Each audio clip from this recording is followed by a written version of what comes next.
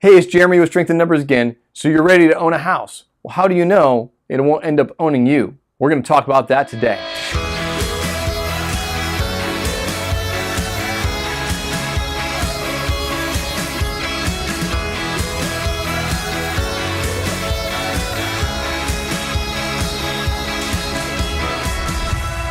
So I want to talk to you today about what's the safest way to own a house. There's 4 criteria we're going to go over today to put you in the best home ownership position.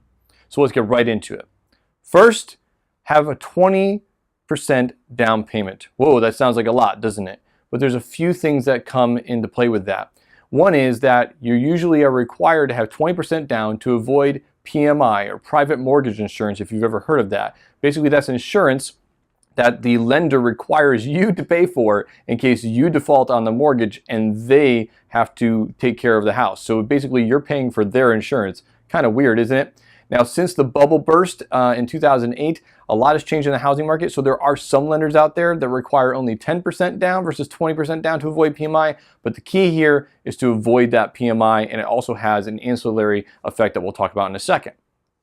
Secondly, have a conventional mortgage. Why is that? Well, this is definitely where the 20% comes in, but also this is the mortgage that's got the least amount of fees, the least amount of runaround. It's the safest way to get a mortgage.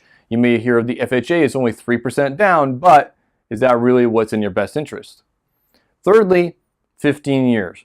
Get a 15-year versus a 30-year mortgage.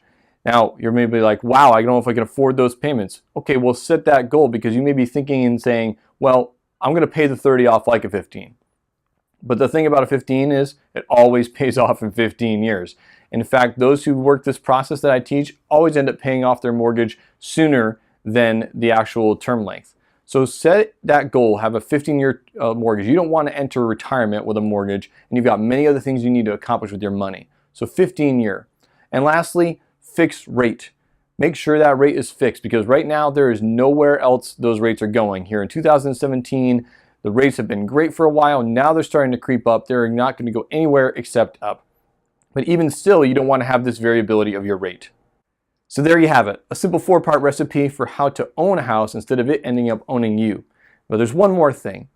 Even more important than these 4 criteria is the sum of those criteria. Yes, you want to have 20% down. Yes, you want to get a conventional mortgage. Yes, you want to have a 15-year fixed rate mortgage. But regardless of the variation of those things, you want to make sure that all those things add up to no more than 25% of your take-home pay every month. If it's 27%, it's not the end of the world. That's not the point. This is a rule of thumb.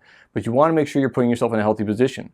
Now, even if you're following these very conservative criteria and you find that that's going to be more than your actual take-home pay percentage that we're talking about here, maybe you're not ready to buy a house yet. Maybe you're not in a position to where you're going to own the house instead of the house owning you.